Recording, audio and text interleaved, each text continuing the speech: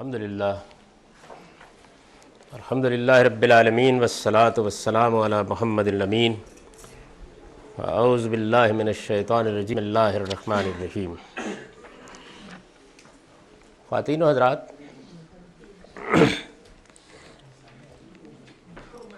سورہ بقرہ کی آیت شہادت کے معاملے میں ہم نے سلف خلف کی آراء کا مختصراً مطالعہ کیا۔ اگر سب چیزوں کا خلاصہ کیا جائے تو پہلی بات یہ کہ اس میں کوئی اختلاف نہیں ہوا نہ سلف میں کہ یہاں وسط کا لفظ بہترین کے معنی میں ہے، وہ جو معتدل ہے، توسط و اعتدال پر ہے، بہترین ہے، یعنی اسی کو مختلف پہلوؤں سے لوگوں نے واضح کیا۔ دوسری چیز یہ کہ سلف کے ہاں، بلکہ اگر یہ کہا جائے کہ چوتھی پانچویں صدی کے بعد ہمارے ہاں جو تفسیریں لکھی گئیں، اس لیے کہ سلف کا لفظ میں تو صحابہ کرام اور تابعین کے لیے بولتا ہوں عام طور پر، تو اس سے غلط فہمی نہ ہو، ان کی طرف سے کوئی بات ہمارے علم میں نہیں ہے۔ تیسری چوتھی صدی کے بعد تفسیریں لکھی گئیں، ان میں ایک روایت کو بنیاد بنا کر آیت کا مدعا سمجھا گیا ہے، یعنی کم و بیش اس بات پر اتفاق ہے، معمولی اختلافات کے ساتھ، کہ یہاں اصل میں یہ بتایا گیا ہے کہ تمام امتوں پر قیامت کے دن یہ امت گواہ ٹھہرائی جائے گی، ایک پہلو سے۔ اور دوسرے پہلو سے جو روایت بیان کی گئی ہے وہ یہ ہے کہ نوح کی امت پر، اور اس سے بھی لوگوں نے قیاس یہی کیا ہے کہ یہ مثالاً ذکر ہوا ہے، اصل میں سب امتوں ہی پر گواہ ٹھہرائی جائے گی۔ اور روایت بھی بعد کی کتابوں میں اسی تعمیم کے ساتھ نقل ہو گئی، چنانچہ جو لوگ اس معنی میں اس کو لیتے ہیں وہ اس کو قیامت ہی کی گواہی سے متعلق کرتے ہیں، اور وہی کم و بیش مفہوم لیتے ہیں جو مفہوم روایت سے بظاہر نکلتا ہوا لگتا ہے۔ یہ ہے کہ موجودہ زمانے تک پہنچتے پہنچتے، یعنی آپ یہ سمجھیے کہ کوئی 200-300 سال کے عرصے میں ہمارے ہاں جو قرآن پر کام ہونا شروع ہوا ہے، تو اس میں اس کا تعلق دین کو لوگوں تک پہنچانے کے مفہوم میں زیادہ استعمال کیا، یعنی اب گویا آخرت کا معاملہ آپ یہ دیکھ رہے ہیں کہ مذکور ہی نہیں ہے، بعض جگہوں کے اوپر ذکر ہی نہیں کیا لوگوں نے اس کا، اور بعض نے ذکر کیا، جیسے کہ استاذ امام نے بھی ذکر کیا، تو اس پہلو سے کیا کہ جب دنیا میں یہ دین لوگوں کو پہنچائے گی یہ امت، تو ظاہر ہے کہ اسی بنیاد کے اوپر قیامت میں بھی یہ بتائے گی کہ میں نے دین پہنچا دیا، تو قیامت کی گواہی کو بھی انہوں نے اس کے ساتھ اس طریقے سے مربوط کیا۔ اصلاً یہ دنیا گواہی دینے ہی کے لیے ہے۔ گواہی کیا ہے؟ مطلب دین بتانا، یعنی کم و بیش اس پر اتفاق ہے کہ گواہی کا مطلب یہاں کیا ہے؟ گواہی کا مطلب یہ ہے کہ آپ لوگوں کو دین کی تبلیغ کریں، دین کی تبلیغ، دین کی دعوت لوگوں تک پہنچائی جائے، اور دین کی تبلیغ اور دعوت کے ساتھ گویا چونکہ اس امت کے پاس وہ دین ہے تو یہ اس دین کو محفوظ بھی رکھے ہوئے ہے، اور اس میں کوئی خرابی پیدا نہ ہو جائے اس کی نگران بھی ہے، یعنی یہ پہلو جو ہے اس کو نمایا گیا۔ چنانچہ دیکھیے زمخشری کیونکہ زبان کے بڑے ماہر ہیں، تو انہوں نے اس میں الا کے مسئلے پر بحث کی ہے۔ یہ میں چاہتا ہوں کہ بحث کو آپ کے سامنے رکھ دوں۔ ان کا ایک خاص طریقہ ہے، جب وہ آیت کا مطلب بیان کر لیتے ہیں تو پھر کہتے ہیں کہ اگر تم تو میں یہ کہوں گا، یہ ان کا لکھنے کا طریقہ ہے۔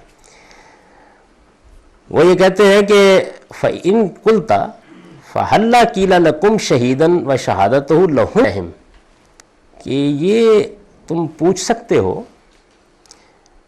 کہ یہ کیوں نہیں کہا گیا کہ شہیدن لکم؟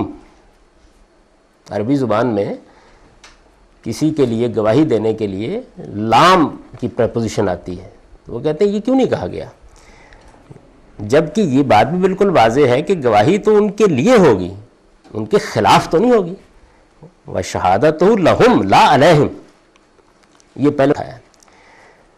پھر وہ کہتے ہیں کہ یہ اللہ کا مطلب میں تمہیں سمجھاتا ہوں یہاں کیا ہے۔ کہتے ہیں کل تو میں اس سوال کے جواب میں یہ کہوں گا کہ لما کان الشہید کر رقیب والمہیمن علی المشہود لہو، کہ جو گواہی دیتا ہے تو وہ اپنی گواہی کو محفوظ کیا ہوتا ہے نا، یعنی مثلا میں نے ایک قتل کا واقعہ دیکھا، تو جب میں نے اس قتل کا واقعہ دیکھا تو میں اب اس گواہی پر یعنی گویا میں اس واقعے کا محفوظ کرنے والا، میرے پاس وہ محفوظ ہے واقعہ، میں اس کو بیان کروں گا۔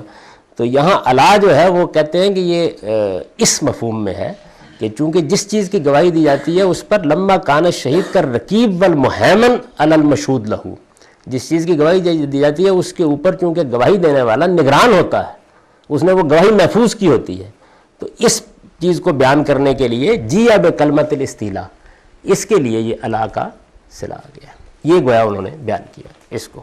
ایک تو یہ بات ہے۔ پھر اس کے بعد اگلی بات یہ ہے کہ گواہی دینا، بیان کرنا لوگوں کے سامنے، دین کی تبلیغ کرنا، اس مفہوم کا غلبہ ہو گیا ہے، اور یہ کہا گیا ہے کہ یہ امت کی ذمہ داری بھی ہے اور اس کے منصب کا بیان بھی ہے۔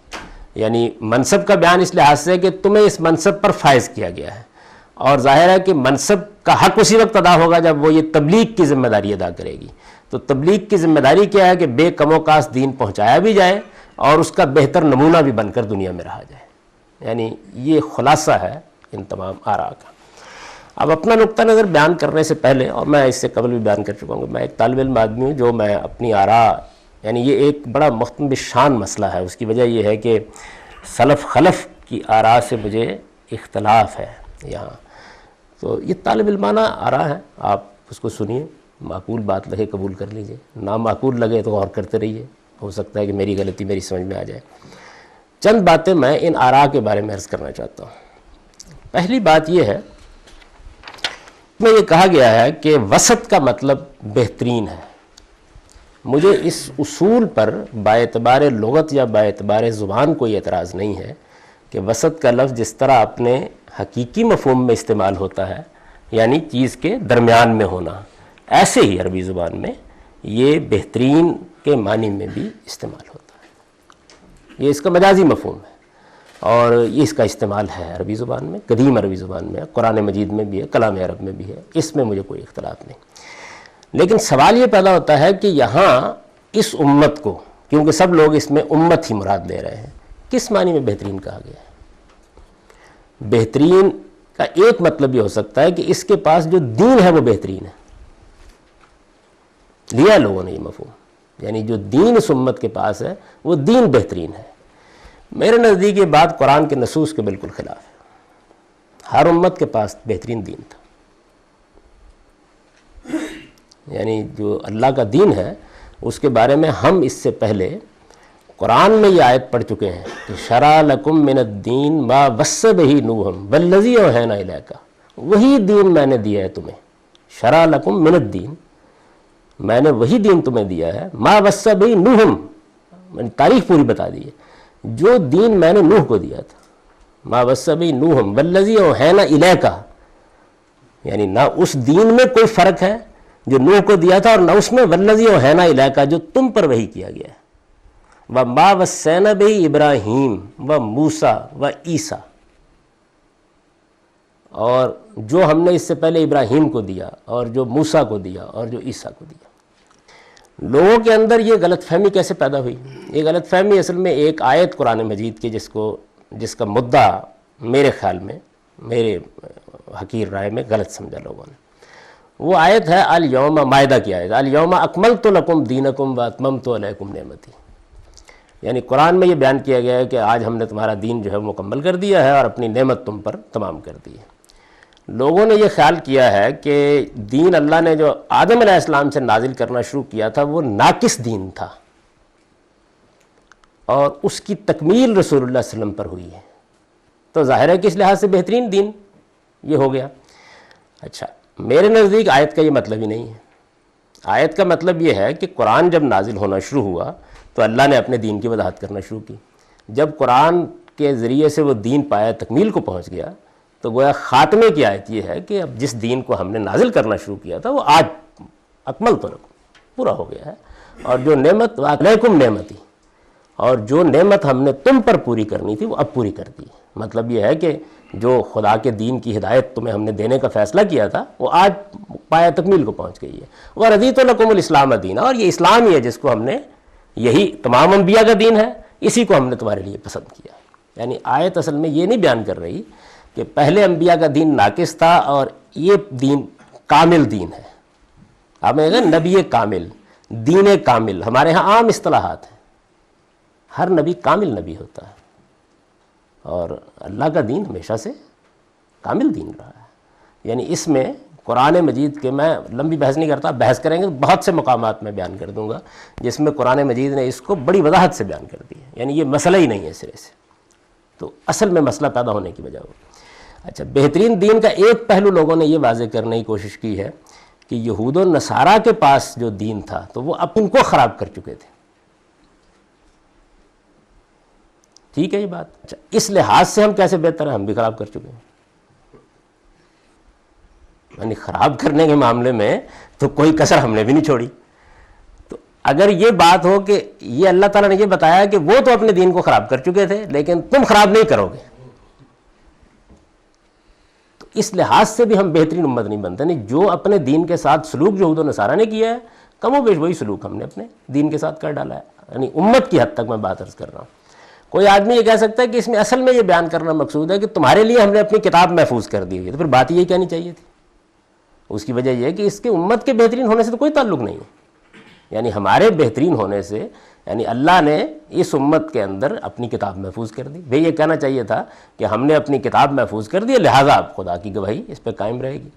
تو بہترین کا مطلب ایک ہی ہو سکتا ہے. دوسرا بہترین کا مطلب یہ ہو سکتا ہے کہ یہ کہا گیا ہو کہ یہ امت جو ہے یہ اپنے کردار اخلاق کے لحاظ سے بہترین ہے، یعنی دین پر عمل کے لحاظ سے اس کے پاس دین بہترین ہے. یہ ہو سکتی ہے کہ یار اس میں میرا خیال یہ ہے کہ مجھے وضاحت کی ضرورت نہیں ہے. یعنی یہ کس لحاظ سے بہترین ہے؟ اس امت کا حال جو ہے وہ تو ہم دیکھ رہے ہیں، اپنی آنکھوں کے ساتھ دیکھ رہے ہیں. یعنی جو کچھ بھی، اور یہ کوئی آج سے نہیں ہوا، یعنی اس کی بھی تاریخ سنائی جا سکتی ہے کہ اس میں کیا کیا مسائل ہوئے ہیں اور کیا چیزیں ہوئی ہیں. تو کس لحاظ سے یہ بہترین ہے امت؟ سب لوگوں نے اس معارضے سے بچنے کے لیے مطلب آیت کا یہ لے لیا کہ تمہیں بہترین امت ہونا چاہیے. اچھا یہ ٹھیک ہے، یعنی یہ بات تو ہو سکتی ہے، لیکن اس کو اس آیت کے الفاظ میں داخل کون کرے گا؟ بھئی آیت تو یہ بیان کر رہی ہے کہ تم بہترین امت ہو، یہ بیان کر رہی ہے نا. یعنی وہ تو سرٹیفکیٹ دے رہی ہے کہ تم بہترین امت ہو.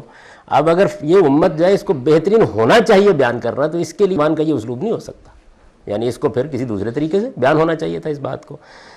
ایک بات یہ کہ وسط کا لفظ جو ہے اگر اس کو بہترین کے معنی میں لے لیا جائے تو مجھے لغوی لحاظ سے یا زبان کے لحاظ سے اس پر اعتراض نہیں ہے، لیکن اس کا پھر یعنی مطلب کیا ہے پھر یہ واضح ہونا چاہیے.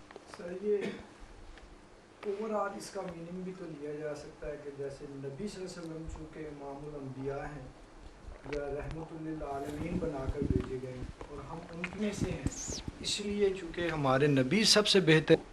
یہ کہاں لکھا ہوا ہے سب سے بہتر ہے؟ یہ تو آپ نے جو مقدمہ قائم کیا ہے اس کو پہلے ثابت کیجیے. ایک اوورآل کنسیپٹ تو یہ بنتا ہے ہمارا. کانسیپٹ تو بہت سے ہیں، کانسیپٹ تو وہ بھی ہیں جن پر میں تنقید کر رہا ہوں، لیکن کوئی آیت پڑھی ہے نا قرآن کی یا کوئی حدیث پڑھی ہے، ایسی کوئی بات نہیں.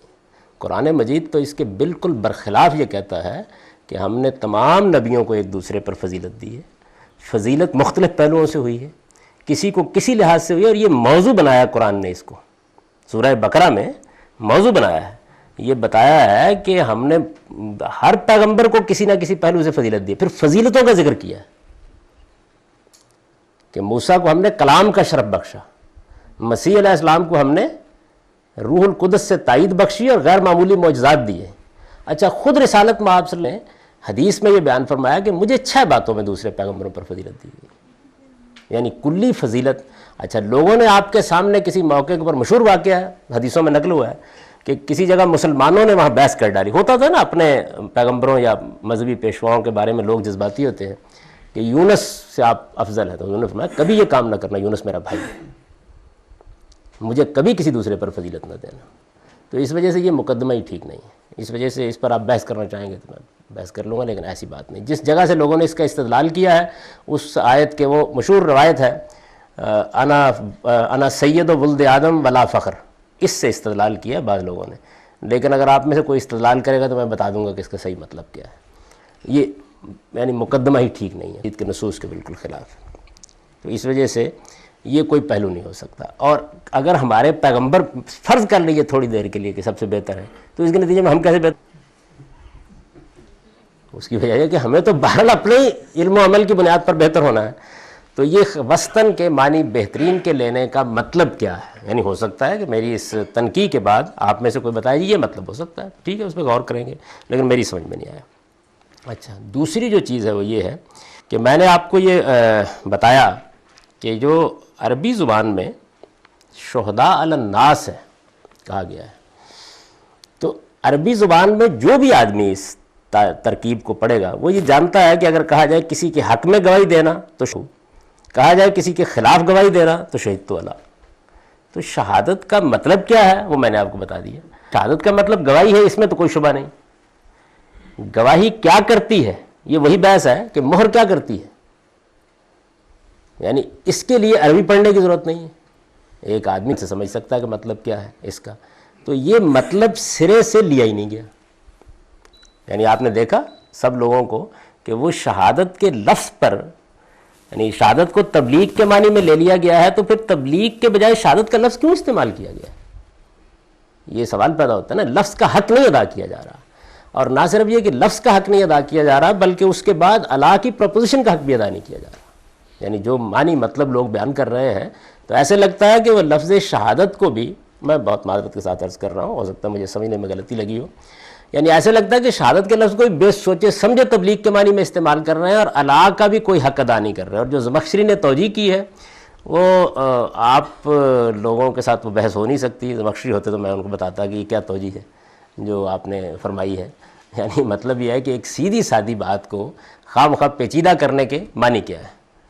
گواہی پر میں نگران ہوتا ہوں، ٹھیک ہے، تو پھر گواہی پر میں نگران ہوتا ہوں نا، یہاں تو علی الناس ہے. یعنی اگر وہ مان لیا جائے تو پھر شہادت کے بعد علی الناس لوگوں پر کے بجائے یا لوگوں کے خلاف کے بجائے پھر تو گواہی کا لفظ آنا چاہیے تھا نا. لتکونوا شہداء علی المشہود لہ، پھر یہ آنا چاہیے تھا.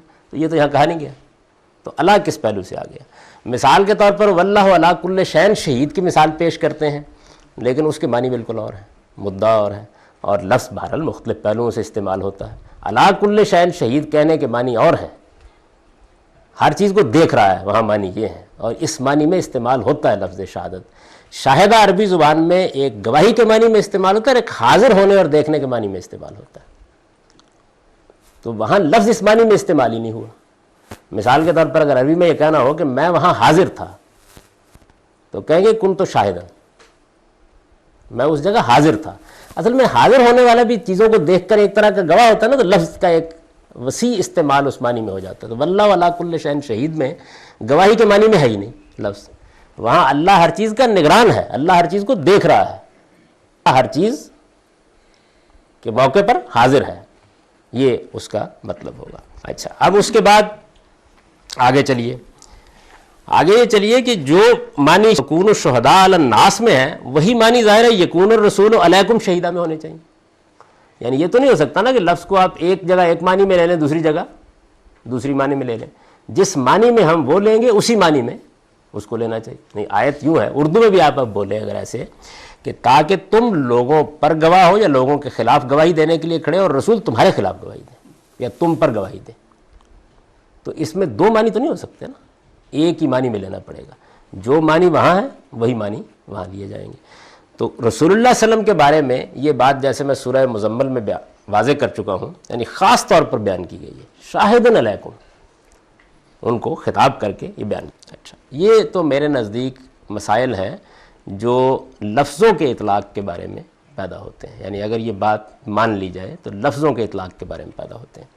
اب لفظوں کے اطلاق سے تھوڑی دیر کے لیے ہٹ جائیے اور پھر اس کے بعد ذرا ایک نظر روایت پر ڈالیے.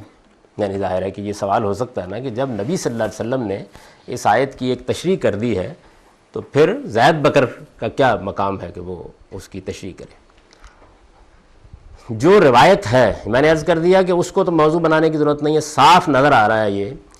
یعنی یہ میں آگے چل کے بتاؤں گا جب میں روایت کا مطلب سمجھاؤں گا کہ روایت کیا تھی، اور اس سے یہ معلوم بھی ہوگا کہ روایتوں میں کیا فتنے ہوتے ہیں. یعنی بات کیا تھی، پھر وہی ایک ہی راوی ہے، یعنی ابو سعید خدری کی روایت ہے، پھر اس کے بعد دوسرے طریق سے اس میں کیا مسئلے پیدا ہو گئے ہیں، تیسرے کیا مسئلے پیدا ہو گئے ہیں، چوتھے میں کیا مسئلے پیدا ہو گئے ہیں. اور آپ نے دیکھا کہ چونکہ وہ اس آیت کی شرح ہے تو وہ تبری تک پہنچتے پہنچتے پھر ساری امتوں کی شہادت بن گئی. یعنی روایت وہی چلی آ رہی ہے لیکن اس کے اندر کہتے ہیں نا کہ روایت بالمعنی کو ہم نے یعنی مدعا سمجھ کے, مفہوم سمجھ کے, الفاظ سے قطع نظر کر کے راوی کو حق کہہ کے وہ بیان کر دیں. اس کو محدثین قبول کرتے ہیں. تو ظاہر ہے کہ مدعا سمجھ کے ٹھیک ہے بات. اس کی وجہ یہ ہے کہ آدمی کو لفظوں میں نہیں بیان کر سکتا, یعنی مجھے اس پہ اعتراض نہیں ہے, لیکن اس سے جو کچھ ہوتا ہے وہ میں آپ سے عرض کروں گا کہ روایت میں بھی ہوا ہے. آپ نے دیکھا کہ میں نے اسی ابو سعید خدری کی روایت اسی طریق سے 2 مقامات پر مسند احمد بن حنبل میں آئی ہے. ایک مقام پر اس میں پورے کے پورے ایک جملے کا کوئی ذکر نہیں ہے اور دوسرے میں موجود ہے, اور جب وہ تبری تک پہنچی ہے تو وہاں جا کے روایت کی یہ صورت بن گئی ہے. روایت اصل میں کیا ہے, اس کا مطلب کیا ہے؟ اچھا, جس طرح وہ ہے اس کو لے لیجئے, جیسے کہ بیان کی جاتی ہے کہ نوح علیہ السلام کی قوم انکار کر دے گی. تو سوال پیدا ہوتا ہے نوح علیہ السلام کی قوم سے مراد کیا ہے؟ یعنی ایک پہلا سوال تو یہ پیدا ہوتا ہے نا, اگر تو قوم سے مراد وہ قوم ہے جو غرقاب ہو گئی, ہے ہمت اس میں انکار کرنے کی؟ یعنی وہ تو دنیا میں اس کے اوپر اتمام حجت کے بعد خدا کا عذاب آیا. اس عذاب میں آپ نے قرآن میں اس کی تفصیل پڑھی ہے کہ بیٹے نے کہا, انہوں نے کہا کہ نہیں آج نہیں بچ سکو گے تم. یعنی یہ بڑا عظیم واقعہ ہے, خدا کی دینونت کے ظہور کا ہوا. اچھا فرض کر لیجئے کہ اس قوم نے انکار ہی کر دیا. قرآن مجید کے نصوص سے یہ معلوم ہے کہ انبیاء علیہ السلام یعنی رسولوں کے ذریعے سے جن قوموں پر اتمام حجت ہو جاتا ہے وہ قیامت کوئی یوم الحساب نہیں ہے. یعنی ان کے اوپر دنیا میں عذاب آتا ہے, فوراً بعد عذاب آتا ہے. یعنی یہ قرآن نے بیان کیا سورہ مومن میں, اور یہ بیان کیا ہے کہ قیامت میں ان کا عذاب نہیں ہوگا. یردون الی اشد العذاب, صرف فرق اتنا پڑے گا کہ اس دن وہ اس سے زیادہ شدید عذاب میں مبتلا کر دیے جائیں گے. تو اس وجہ سے یوم الحساب کن کے لیے ہے وہ قرآن مجید سے سوال کریں گے, آپ کو واضح بھی کروں گا. میں بیان بھی کر چکا ہوں, آپ کو یاد ہوگا کہ جو غالباً برزخ کی روایات ہیں ان کے اوپر پڑھاتے ہوئے مجھے یاد پڑتا ہے کچھ سال پہلے میں اس کو بیان بھی کر دیا تھا. تو جہاں تک تعلق ہے یہ بھی کوئی سوال نہیں ہے. اچھا اب فرض کیجئے تھوڑی دیر کے لیے مان لیجئے کہ چلیں, تو اس کے بعد اللہ تعالیٰ قرآن میں بیان کرتا ہے کہ جب قومیں انکار کر دیں گی, انکار کریں گے تو کیا ہوگا. ہم ہاتھوں کھڑا کر دیں گواہی دینے کے لیے, ہم زبانوں کو کھڑا کر دیں گواہی دینے کے لیے, لفظ لفظ بول اٹھے گا. اس میں قرآن مجید نے بیان کیا اس کو کہ انکار کرنے والے, جہود کرنے والے اس وقت کس صورتحال سے دوچار ہو جائیں گے جو انکار کریں گے. تو وہ امت انکار کر دے گی اور اس کے بعد اللہ تعالیٰ جو اس کے لیے طریقہ اختیار کریں گے, دیکھیں کتنا کمزور ہے. یعنی اس امت کو اٹھایا جائے گا. یہ امت جو ہے یہ بھی جواب میں جائے گی کہ ہمیں رسول اللہ نے بتایا تھا, اللہ تعالیٰ نے بتایا تھا. اللہ تعالیٰ کی کتاب میں ہم کو یہ معلوم ہوا تو اللہ ہی بتا رہا ہے. یعنی دلچسپ بات یہ ہے کہ یہ کہہ دینے کے نتیجے میں کہ اللہ کی کتاب میں بتا دیا گیا تھا گواہی قائم ہو جائے گی, اور خود اللہ تعالیٰ تخت جلال پر سامنے بیٹھے ہوں گے اور ان کے کہنے سے گواہی قائم نہیں ہوگی. یعنی اصل میں یا تو یہ تھا نا کہ یہ امت کھڑی ہو کے یہ کہتی جی ہم نے خود دیکھا ہے حضرت نوح کو, شاید واضح نہ ہو سکی ہو, تو پھر تو ایک بات تھی نا کہنے کی کہ یہ امت کھڑی کی جائے گی اور یہ کہے گی جی ہم نے تو خود دیکھا ہے نوح علیہ السلام کو یہ پیغام پہنچاتے ہوئے. اس وجہ سے یہ جھوٹے ہیں, غلط بات کر رہے ہیں. وہ کیا کہے گی, اللہ نے بتایا تھا, اللہ ہی تو بتا رہا ہے. یعنی گواہی دوئی ہو گئی نا منطق کی اصطلاح میں. اس میں خدا کی ایک ہیبت ہوگی, خدا کا دربار کرے گا, کو پتہ ہوگا جی جو سنتے آئے تھے کہ دربار سے جگہ آج حقیقت بن گیا, اور وہاں وہ لوگ جھوٹ بولنا شروع کر دیں. یہ تو بڑی ضرورت ہے جی.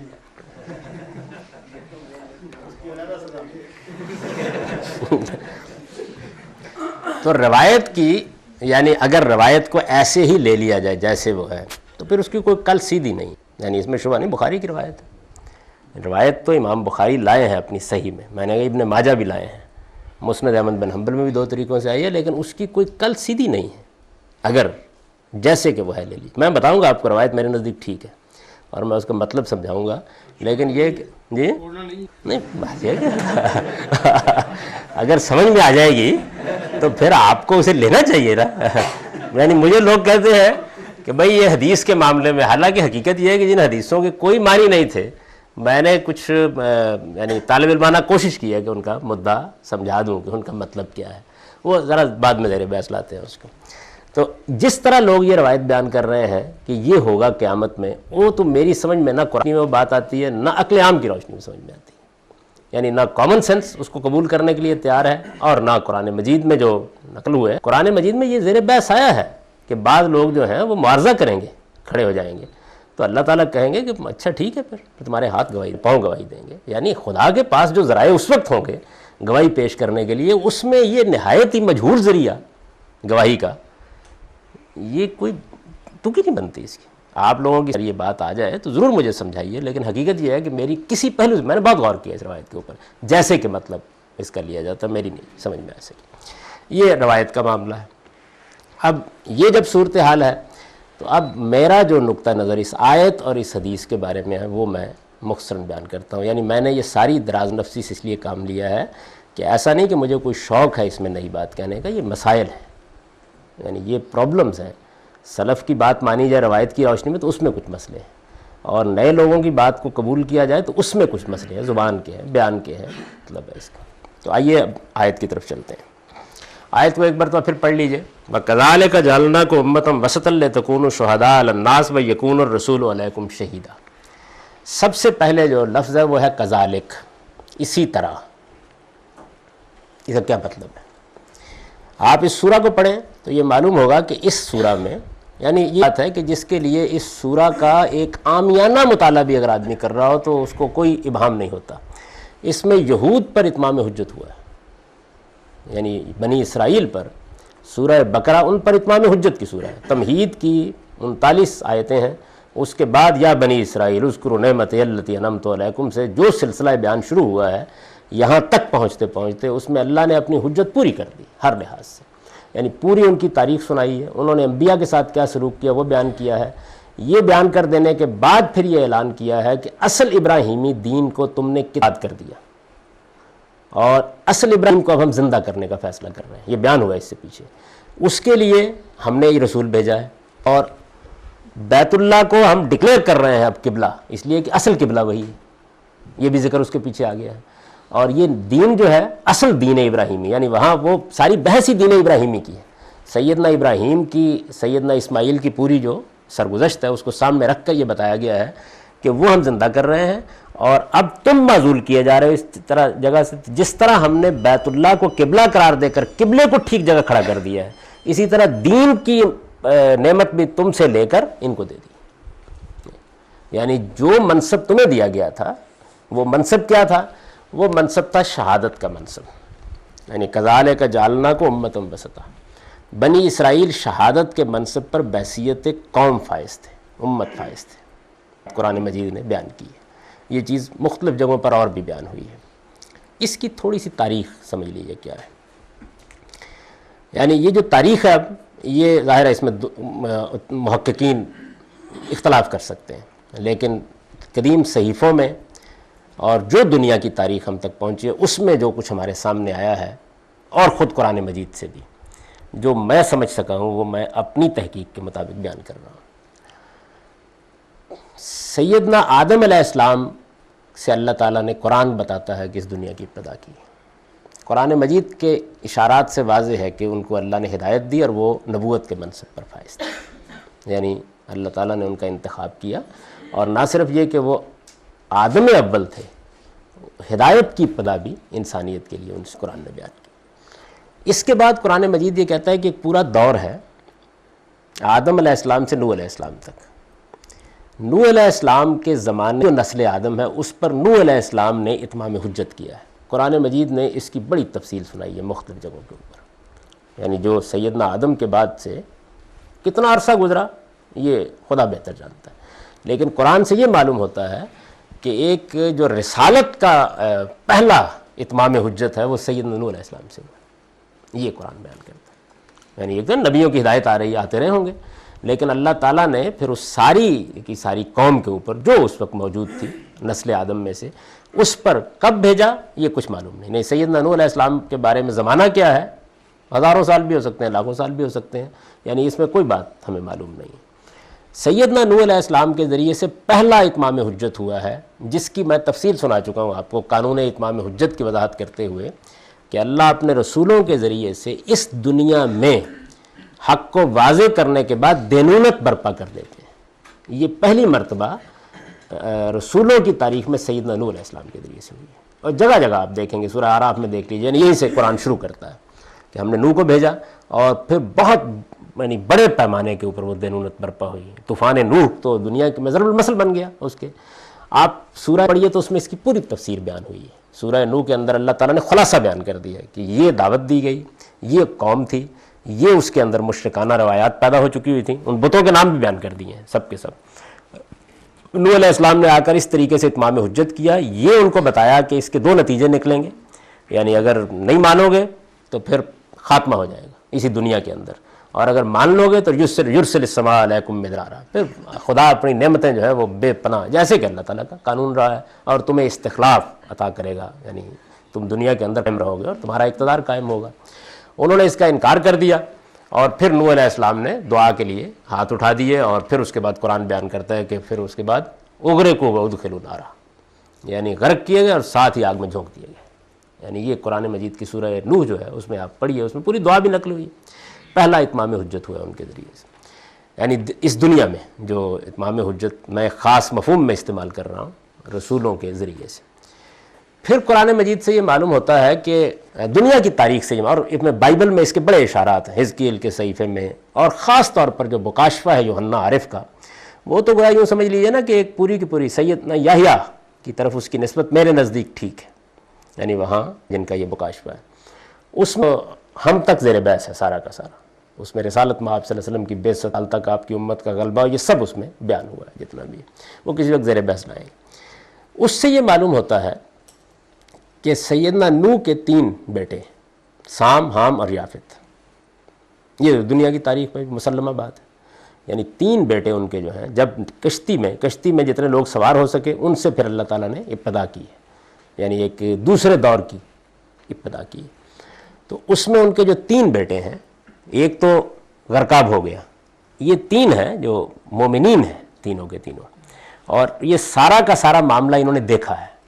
ان 3 بیٹوں میں سے سام، حام اور یافت کی تاریخ سے بھی یہ معلوم ہوتا ہے کہ نسل انسانی ان کی اولاد ہے. یعنی اب جو دنیا میں انسان ہے یہ سام یافت کی اولاد ہے. حام کی نسل ہے جو افریقہ میں نظر آتی ہے، سامی یہ جو ہے مشرق وسطیٰ کے سب لوگ، اور یافت کی نسل جو ہے اس کا وطن جیسے کہ بائبل بیان کرتی ہے وہ ماسکو، طبالسک، وسط ایشیا، یہاں انہوں نے ابتدا کیے جا کے. اچھا، اس کے بعد پھر اللہ تعالیٰ یہ جب سام، حام اور یافت سے یہ نسل پھیلنی شروع ہوئی ہے تو یہ یافت جو ہے تیسرا، یافت کے 2 بیٹے ہیں یاجوج ماجوج، گوگ میگاگ، جن سے اصل میں وسط ایشیا کی ساری نسلیں دنیا میں پھیلیں جتنی بھی ہیں. یعنی وسط ایشیا میں پھیلیں، پھر اس کے بعد ہجرت کر کے مختلف جزائر میں گئے ہیں. اس کے اسباب ہوتے ہیں، یعنی کیوں دور دور چلے جاتے ہیں لوگ، وہ اس وقت اگر میں اس کو بیان کروں گا تو تاریخ کا ایک مسئلہ ہے. یعنی مطلب ہوتا ہے کہ ذرائع ختم ہو جاتے ہیں، ہجرت ہو جاتی. عام طور پر بہت دور دراز علاقوں میں جانے کا باعث جرائم بنے ہیں.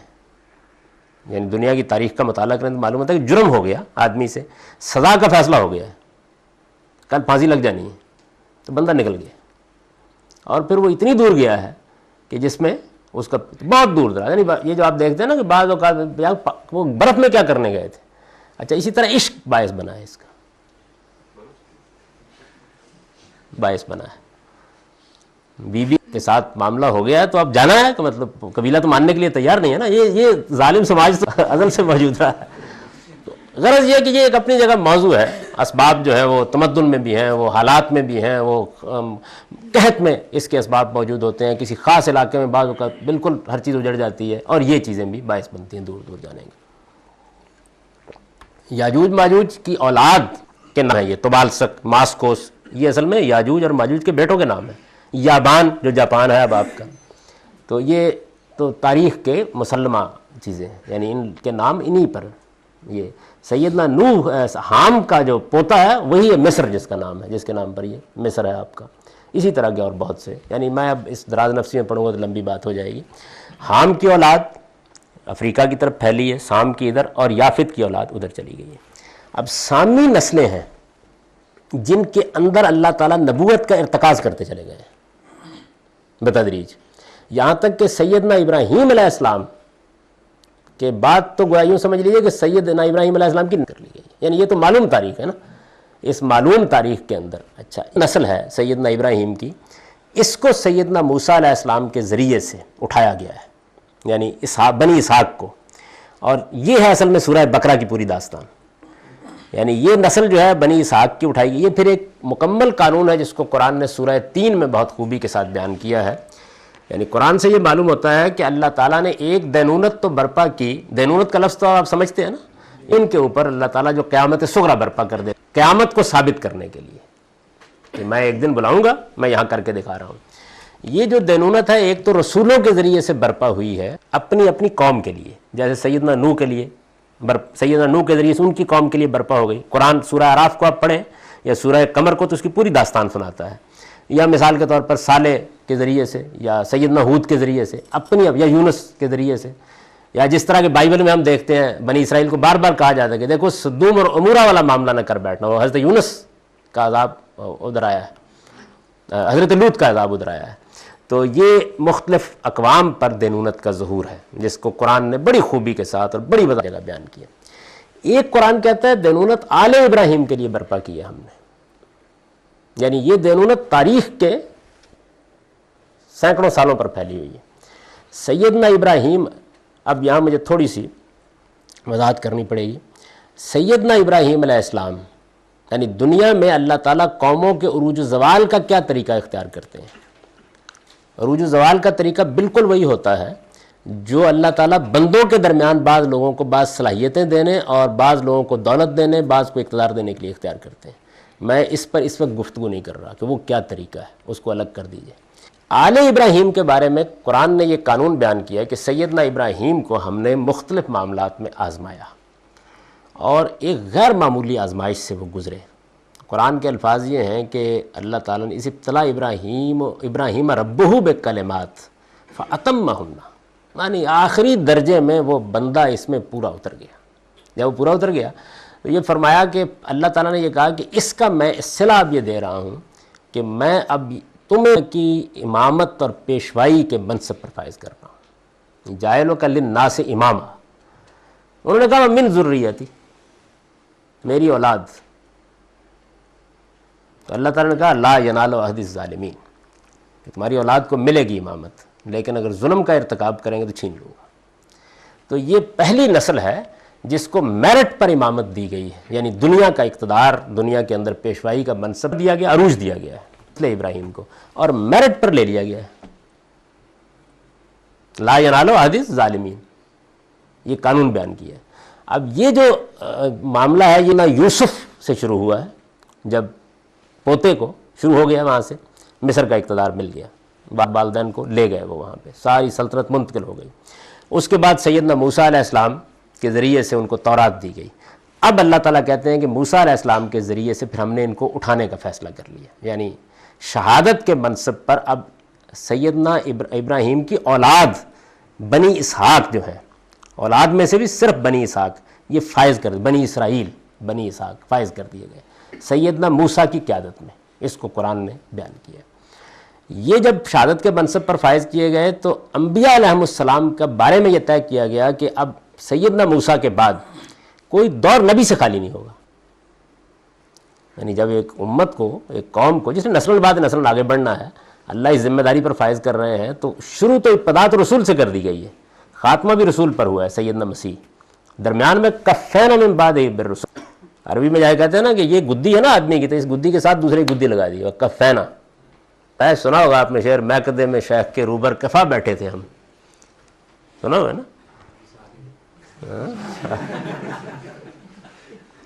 کہ شیخ مسجد جو تھے وہ میخانے میں تھے اور ساقی کی اداؤں میں محب بھی تھے, جام بھی ہاتھ میں تھا, اور شاید ان کو پتہ نہیں چلا ان کی گدی کے پیچھے ہم بھی بیٹھے ہوئے تھے. تو میں کہتے ہیں تو یہ وہی کفا ہے, کفینا من بعد بالرسل. اس کے بعد اللہ تعالیٰ نے شہادت کے منصب پہ فائز کیا اور پھر پے در پے ان کے اندر نبی بھیجے. جب نبیوں کی بات انہوں نے مانی, جیسے کہ سیمول کے زمانے, جیسے قاضیون کے زمانے میں, جیسے یوشع اور کلاب کے زمانے میں, یا جس طرح سلیمان اور داؤد کے زمانے میں, تو اللہ تعالیٰ نے اسی قانون کے مطابق ان کو سرفرازی دی. اور جب انہوں نے نہیں مانی تو اللہ تعالیٰ نے لا ینال العہد الظالمین کے تحت رسوا کیا, سزا دی دنیا کے اندر. یہ جو سزا ہے یہ پھر سیدنا مسیح علیہ السلام کے ذریعے سے اتمام حجت کے بعد اسی نسل کے اندر سے جو نصارہ ہوئے پھر ان کے لیے بھی یہی طریقہ اختیار کیا گیا، اور حضرت ابراہیم کی جو نسل ہے اس کے لیے بھی یہی طریقہ اختیار کیا، یعنی دوسری جو بنی اسماعیل ہے، اس کو سورہ تین بیان کرتی ہے، والتین والزیتون وطور سینین وہذا البلد الامین لقد خلقنا الانسان فی احسن تقویم ثم رددناه اسفل سافلین الا الذین آمنوا وعملوا الصالحات فلہم اجر غیر ممنون. یعنی تین اور زیتون، یہ ہے زیتون، یہ وہی پہاڑ ہے، بہت ذکر آپ دیکھتے ہیں نا اس کا بائبل میں، انجیل میں. سیدنا مسیح جب ناصرہ سے آئے ہیں تو اسی زیتون پر انہوں نے گدھا منگوایا ہے. وہ ایک گدھے والا مشہور واقعہ ہے جو آپ پڑھیں گے کبھی انجیل تو اس میں ہوگا، جس میں ہوگا کہ فلاں بستی سے لے آؤ.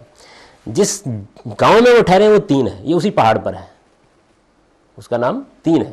بیت فجے انگریزی میں اس کو کہتے ہیں، فگ وہی انجیر، یعنی وہ ترجمہ کر دیا لوگوں نے.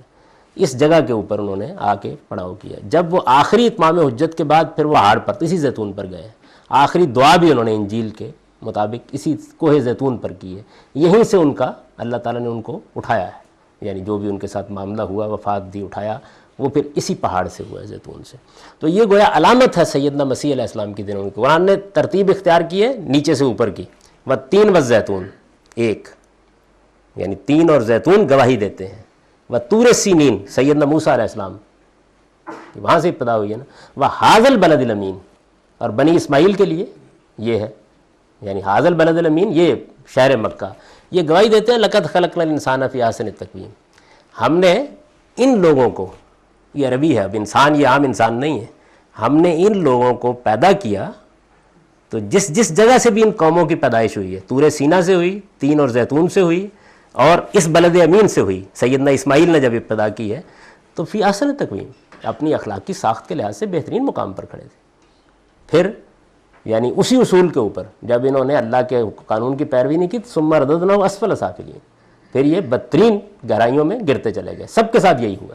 نصارہ جن ضلالتوں میں پڑے اس کی تاریخ موجود ہے، یہود جس میں پڑے اس کی تاریخ موجود ہے، بنی اسماعیل جس میں پڑے اس کی تاریخ موجود ہے. تو یہ ہوا اس کے بعد. اب قرآن مجید یہ کہتا ہے کہ الا الذین آمنوا وعملوا الصالحات فلہم اجر ممنون. دنیا میں یہ جو دینونت برپا ہوئی ہے، یعنی میرٹ پر ہم نے آسن تقویم دیا، میرٹ پر اسفل السافلین میں ڈال دیا. یہ خیال نہ کرنا کہ جب اسفل السافلین میں گرے ہیں تو یہ اکا دکا انفرادی طور پر اچھے لوگ ہیں. دنیا میں تو وہ اپنی قوم کے عذاب کا نشانہ بنے نا، نہیں، قیامت میں ان کا اجر محفوظ ہے. الا الذین آمنوا وعملوا الصالحات فلہم اجر غیر ممنون، ان کے لیے قطع اجر ہم نے قیامت میں رکھا ہوا ہے. یہ کرنے کے بعد کہ یہ تاریخ پر پھیلی ہوئی ہے. اصل میں دینونت کیا ہے؟ میرٹ پر عمل صالح کی بنیاد پر قیامت میں معاملہ ہوگا، یہی ہے نا. تو اب اگلی آیت دیکھیے، فما یکذبک بعد بالدین. اس دینونت کو جو ہزاروں سال پر پھیلی ہوئی ہے تاریخ میں دیکھنے کے بعد کون سی چیز قیامت کو جھٹلانے والی رہ گئی ہے باقی؟ فما یکذبک بعد بالدین الیس اللہ بأحکم الحاکمین. کیا خدا نے جب میرٹ پر فیصلہ کر رہے ہیں تو کیا بہترین طریقے سے نہیں کیا؟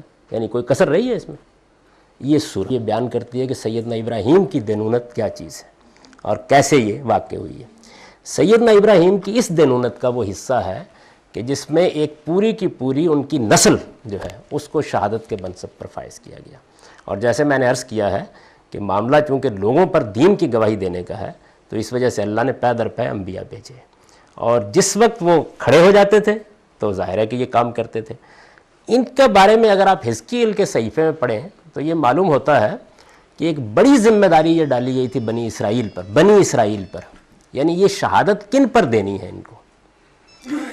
بہت بڑی ذمہ داری یہ ڈالی گئی تھی کہ سیدنا نوح کے جو بیٹے ہیں یافت، ان کی اولاد انہی اسباب کی وجہ سے اس درمیانی علاقے سے جس تک بات پہنچ رہی ہے، مصر، افریقہ اور ایشیا تو زیر بحث ہے، یعنی اس میں تو انبیاء کی دعوت پہنچ رہی ہے، کر چکی ہے وسط ایشیا میں. تو آپ دیکھیں نا اس میں یہ بیان آتا ہے کہ پھر ہم نے ان سے کہا کہ جاؤ جوج اور باجوج پر جا کے نبوت کرو. یعنی ان کو اٹھایا جا رہا ہے کہ تم اٹھو اور جا کر تم گواہی دو ان قوموں کے اوپر. بنی اسرائیل کی جو شہادت ہے اس کے لیے اٹھایا جا رہا ہے. یہ کتنے اٹھے؟ یہ نہیں اٹھے. اس مقصد جب اٹھانے کی کوشش کی گئی تو گرے. اس کو قرآن نے سورہ بقرہ میں اس کی تفصیل بیان کی ہے اور یہ کہا کہ بالکل میرٹ پر یہ ہم نے تم سے چھین لی ہے. یعنی بنی اسرائیل سے ہم نے یہ منصب جو شہادت کے منصب پر فائز کیا تھا لے لیا ہے، اور لینے کے بعد اب کیا ہے، اسی طرح سے جس طرح ہم نے ان کو شہادت پر فائز کیا تھا، جعلناکم، ہم نے تم کو اٹھایا ہے. تم کون ہے؟ اس کی قرآن مجید نے وضاحت کی ہے کہ یہ بنی اسماعیل ہے. یعنی کون ہے؟ یہ سیدنا اسماعیل کی اولاد. بنی اسرائیل معزول ہوئے ہیں. سورہ بقرہ میں بنی اسرائیل یا بنی اسرائیل اذکروا نعمت اللہ سے ان کا ازل بیان ہوا ہے. ان کا ازل جب مکمل ہو گیا ہے تو پھر کہا ہے کہ جس طرح ہم نے ابراہیم کی اولاد یعنی اسحاق کی اولاد ایک نسل کو، 2 بیٹوں کی ہے نسل ساری کی ساری، جس طریقے ابراہیم کے دین سے فمن رغبان ملت ابراہیم والی وہ سارا مقام ذہن میں رکھیے کہ وہ اس بیت اللہ کو بھی چھوڑ بیٹھے، وہ دین سے بھی انحراف کر بیٹھے، تو پھر ہم نے اصل قبلہ بھی بحال کر دیا ہے. اور اس قبلے کے لیے یعنی وہ واقعہ قرآن نے بیان کیا نا کہ اسماعیل کو ہم نے ابراہیم سے کہا کہ جا کے اس وادی غیر ذی زرع میں آباد کر دو. وہ آبادی ہوئی، اسی میں وہ پھر بیت اللہ بنایا گیا. اس کی پوری تاریخ قرآن نے سنائی ہے. تو یہ بنی اسماعیل جو ہے، کم جو ہے وہ میں آپ نہیں ہیں. جو درس کرنا چاہتا ہوں یہ ہے کہ ہم آپ نہیں ہیں. کم کون ہے؟ وہ کم ہے اصل میں. قرآن نے اس کو جیسے وہ کھولتا ہے نا اپنی بات، یہی آیت دہرائی ہے سورہ حج. اس میں دیکھیے اس کو واضح کر دیا. سورہ حج جو ہے یہ قرآن مجید کی 22ویں سورہ ہے. اس کا بالکل آخر میں یہ بیان ہوا ہے. اور یہ سورہ جو ہے یہ بالکل ہجرت کے اس میں اتری ہے، جس میں یہ دیکھیے یہ ہے وَجَاهِدُوا فِي اللَّهِ حَقَّ جِهَادِهِ.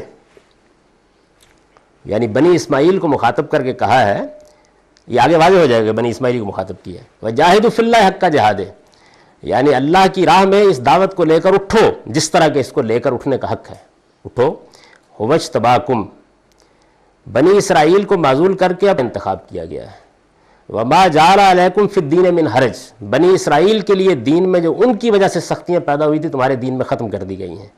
ملت ابیکم ابراہیم، یہ تمہارے باپ ابراہیم کا دین ہے جس پر تم کو قائم کیا گیا. یعنی یہ الفاظ بتا رہے ہیں نا، باپ ابراہیم کا دین ہے. هُوَ سَمَّاكُمُ الْمُسْلِمِينَ، یہ یہودیت نصرانیت یہ ان لوگوں نے ایجاد کی، دوسری نسل کے لوگوں نے. اس نے تمہارا نام مسلمان رکھا تھا. من قبلو اسرائیل کی شاخ کے لیے بھی، وفی حاضہ اور تمہارے لیے بھی. لیکون الرسول شہیداً علیکم، اور یہ سب کچھ مکمل ہونا تھا یہاں پہ آ کے کہ رسول جو ہے وہ گواہی دے گا تمہارے خلاف. وَتَكُونُوا شُهَدَاءَ عَلَى النَّاسِ، اور تم گواہی دو گے باقی لوگوں کے اوپر. یعنی قرآن نے یہاں کم کو کھول دیا ہے. اس کے بعد فَأَقِیمُوا الصَّلَاةَ وَآتُوا الزَّکَاةَ، وہی بالکل آیت کے الفاظ وہی ہیں. تو یہ میرے نزدیک بنی اسماعیل ہے، یعنی بنی اسرائیل معزول کر دیے گئے ہیں اور بنی اسماعیل کی امامت کا اعلان کیا گیا ہے. امتاً وسطاً اگلا لفظ کذالک، اس کے بعد جعلناکم. میں یہ بات اصول و مبادی میں بتا چکا ہوں کہ قرآن کے مخاطب یا بنی اسرائیل ہوں گے، اسماعیل ہوں گے. کم جب وہ خطاب کی ضمیر استعمال کرے گا، یا اس زمانے کے اہل ایمان ہوں گے، اہل ایمان رسول اللہ صلی اللہ علیہ وسلم کے، یا منافقین ہوں گے، یا مشرکین ہوں گے، یا اہل کتاب ہوں گے. میں آپ تو اصل میں بعد میں آئیں گے نا. رسول کی سرگزشت بنی اسماعیل ہے. یہ میں نے عرض کر دیا کہ وہ وہاں قرآن نے بیان کر دیا کہ یہ ملکم ابراہیم، تمہارے باپ ابراہیم کی، یعنی ان کی نسل ہے جو مخاطب ہے. اور اسی دینونت کے قانون پر امتاً وسطاً، تم ایک درمیان کی امت ہو. درمیان کی امت کیا مطلب؟ ادھر رسول ہے، ادھر باقی لوگ ہیں. یعنی بالکل ٹھیک اپنے لغوی مفہوم میں استعمال ہوا ہے. یہ بنی اسماعیل جو ہیں ان کے لیے ٹھیک اسی مفہوم میں استعمال ہو جس میں وسط کا لفظ استعمال ہوتا ہے. لِتَكُونُوا شُهَدَاءَ عَلَى النَّاسِ، تم اب دنیا کی باقی قوموں کے لیے دین کی حجت تمام کرو گے. وَيَكُونَ الرَّسُولُ عَلَيْكُمْ شَهِيدًا، اور رسول تم پر یہ حجت تمام کرے گا. یعنی میرے نزدیک آیت کا مطلب یہ ہے. اب چونکہ وقت ختم ہو گیا ہے، اس کے باقی اطلاقات پر آگے بحث کریں گے. اس بات پر کوئی سوال کرنا تو کر لیں.